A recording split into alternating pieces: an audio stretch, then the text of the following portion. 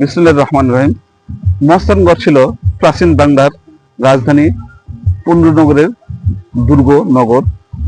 নগরকে এই নগরকে সুরক্ষিত রাখার জন্য চারপাশে শক্ত শক্ত এভাবে এই প্রাচীরগুলো তৈরি করা হয়েছিল এই নগরটিকে সুরক্ষিত করার জন্য। প্রাচীরের যে ইট ইট পাকা মিশ্রণ, এই যে দেখতে পাচ্ছি আমরা প্রাচীরের ইট পাকা মিশ্রণ তৈরি। চারদিকে গভীর খাল, এই যে চারদিকে দেখেন গভীর খাল, চারদিকে গভীর খাল খনন করা হয়েছিল যেন শত্রুর আক্রমণ থেকে রক্ষা করার জন্য। আর এই প্রাচীরের এই প্রাচীর এইরকম ভাবে প্রায় 5 কিলোমিটার, এই প্রাচীর দৈর্ঘ্য হচ্ছে প্রায় এরকম ভাবে 5 কিলোমিটার এবং উচ্চতা অনেক জায়গায় এখনো, এই উচ্চতা অনেক জায়গায় এখনো 15 থেকে 20 ফিট। আপনি দেখতে পাচ্ছেন, আপনাদের দেখাতে পাচ্ছি না, 15 থেকে এখনো 20 ফিট উচ্চতা এটা, যেটা এখন পর্যন্ত আমরা দেখতে পাচ্ছি। উত্তর দক্ষিণ পূর্ব পশ্চিম এই চারপাশে প্রবেশের জন্য দরজা রয়েছে। এই যে একটা দরজা, উত্তর দক্ষিণ পূর্ব পশ্চিম চারপাশে চারটা এরকম দরজা ছিল। এই দরজার খোপগুলো দেখতে পাচ্ছেন, এই খোপগুলো ছিল প্রহরীদের থাকার জায়গা। এখান থেকে তারা প্রতিপক্ষণ করত শত্রুকে বা বাইরে থেকে আক্রমণ রক্ষা করার জন্য। এই প্রাচীরের শত্রু আক্রমণ ঠেকানোর পাশাপাশি নগরের ভেতর কি করতো, শৃঙ্খলা বজায় রাখতো। এই প্রাচীরটা সহজভাবে বললে মহাস্থানগড়ের প্রাচীর ছিল এক ধরনের দুর্গের দেওয়াল,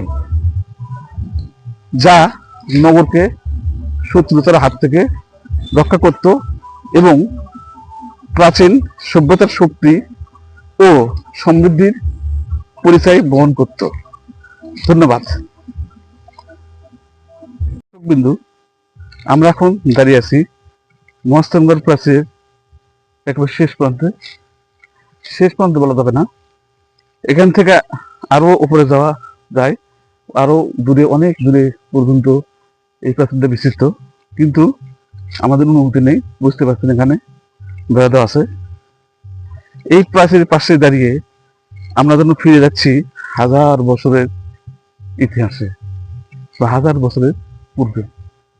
মহাস্থানগড় শুধু ইট পাথরের দেওয়াল নয়, এটা বাংলার গৌরব, সভ্যতার স্মারক এবং এক অমূল্য ঐতিহ্য।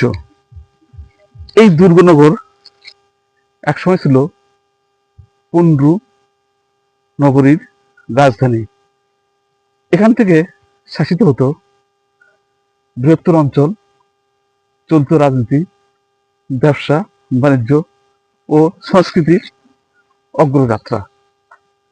আজ আমরা হয়তো কেবল এই ভগ্ন প্রাচীর এর খণ্ডিত ইট কিংবা ধ্বংসাবশেষ দেখতে পাচ্ছি,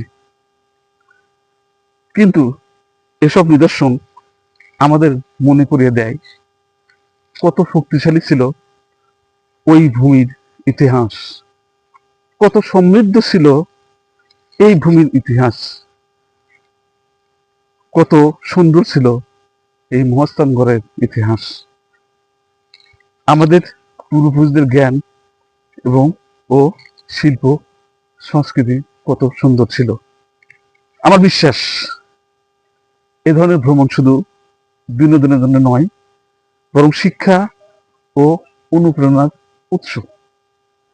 ইতিহাসকে জানতে হলে আমাদের এইসব ইতিহাসকে সংরক্ষণ করতে হবে এবং নতুন প্রজন্মের কাছে পৌঁছে দিতে হবে।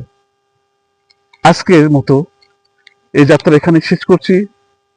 যারা এ নিয়ে গবেষণা করছেন বা ভ্রমণের অভিজ্ঞতা লিখেছেন, আপনাদের কাছে অনুরোধ, আমাদের লেখা ভিডিও বা মতামত আমাদের সঙ্গে শেয়ার করুন, যেন মহাস্থানগড়ের ইতিহাস আরো বেশি সমৃদ্ধভাবে সবার কাছে পৌঁছতে পারে। ধন্যবাদ সবাইকে আমাদের সঙ্গে থাকার জন্য। আল্লাহ হাফেজ।